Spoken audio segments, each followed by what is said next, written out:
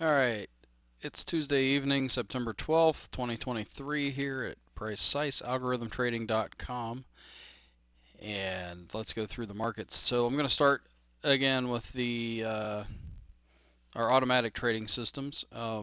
These literally, you turn them on and they trade themselves. You have to kind of keep an eye on them to make sure they don't jump the track, because it's basically like literally, well, not literally, but it's like a train going down the track. So um, they're fast paced, or they can be, and I've shown some in the past archives that of when things got off track, which is rare, but you have to be aware of it and aware of the risks. So, anyways, this is the YM, that's the Dow futures contract, and this is showing since March this year. And on the weekends, I blow it out so I can show 12 to 15 months worth of data usually. And well, anyways, we got a little bounce back here after we had a pullback here recently. This is equity, by the way. This is the results of our net results of our trading, net of fees, at least approximate fees. You build those into the system. So um, yeah, and then you actually watch it with your actual account balance for what it's worth. These are the trades for the day in the Dow, which you can see are, we had more wins and losses today, and we watch it on an all-in basis, so we can see across the board how we do, and our equity curve on a 12-month basis looks a lot better than this. These are the pullbacks that you have to expect when you're doing this type of trading. The Russell, this is the Russell since March, and it hasn't been near as good. It's gone underwater actually. So today it didn't trade at all, and I didn't pull up the stats for it other than just to show this. This is the same as it was yesterday. It hasn't traded, I think, since the 8th. So, and then the Nasdaq traded, and we've got new higher equity peaks. So again, net results of our trading, and this is a deep pullback that we had to endure. But today, well, today and yesterday looks really good because of that $9,000 trade. But today we had just two trades, and they're both positive. So, and you can see too. Well, not so much here, I don't think, but in the stats on these things, when you run the reports, which we show on our web page, on the front page actually, you can look at some past PDFs of those systems. You can see the actual stats on these trades.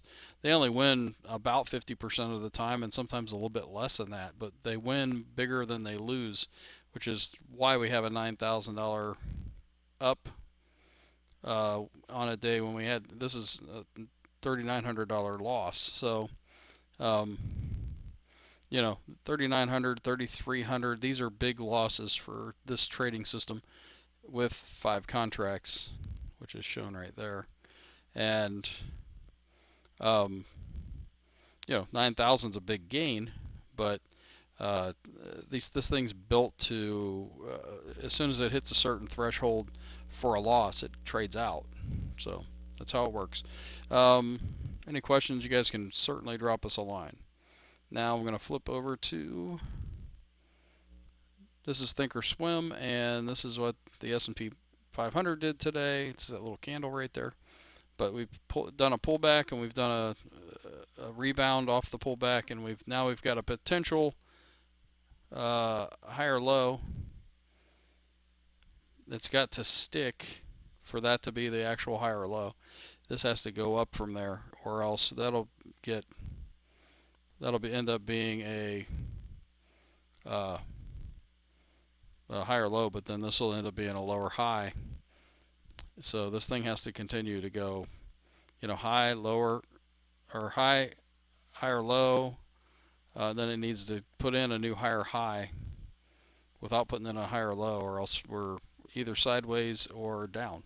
So we will see. Overnight action right now, I believe Oracle's down 12% overnight, is what I heard in the as far as their earnings went. So that's going to pull down the markets. You know, I don't know how much Oracle's really got to do with much, but um, you know, it makes news and stuff like that. So it could be a catalyst to pull things back. But we do want to flip over. Let's look at, so that's the S&P. The futures right now are mixed. You can see up here, the S&P is the ES, and it's you know 0%. Now it's up a little. The Russell is up a little. The YM is 0. That's the Dow, and then NQ is the Nasdaq. So the Dow after today before the futures, that is a doji. Now that's a doji with target dots, so there is a bullish bias to this as far as our system goes. Doesn't mean it's going to hit. Sometimes these don't get hit right away, but you can see they do get hit. Just right here, the Russell. This is the one that's really probably the biggest drag right now. But the question is going to be, do we take out this low that happened back here on the 18th of August?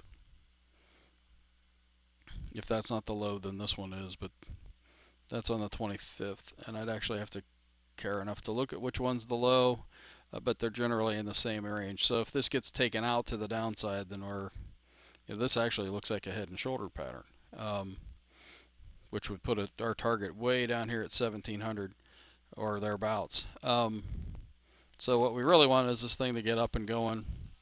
It'd be interesting if Oracle had its bad news and then turned around, the markets actually went up tomorrow. Crazy things like that do happen.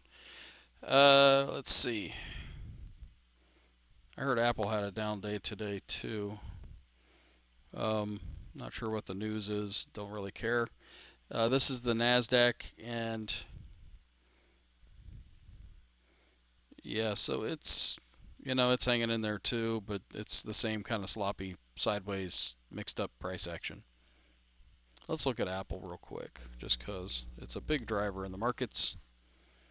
So Apple looks an awful lot like the small caps. So we got to see if that low back here on the 18th sticks. All right, let's flip over to, well, let's look at oil while we're here. Probably should have hit the USO contract instead of the futures, but we seem to be okay. Futures are still powering higher. Oil looks like it's still powering higher. Not a lot, just, I mean, from where it came from that 67 level, and now we're at 88. So,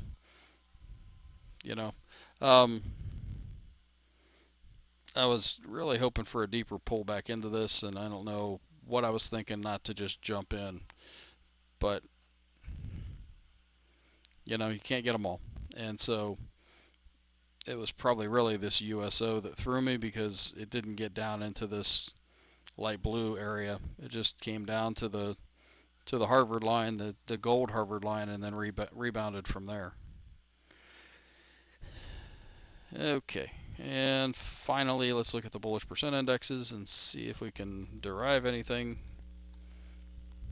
Again, for those of you that don't follow very often, this is the homework I have to do every night anyway, so I just record it, hopefully to help some other people understand a little bit more about how the markets work. That was the Dow, and it didn't move.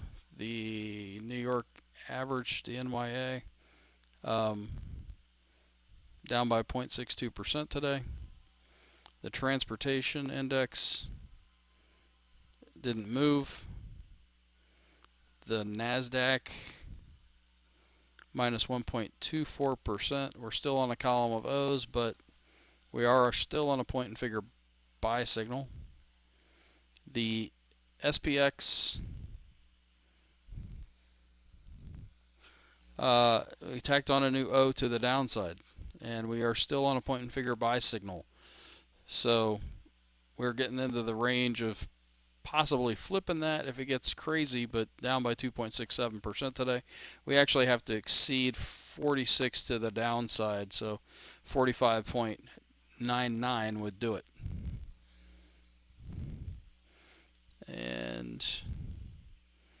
And um, the OEX minus 1.92%, and the NDX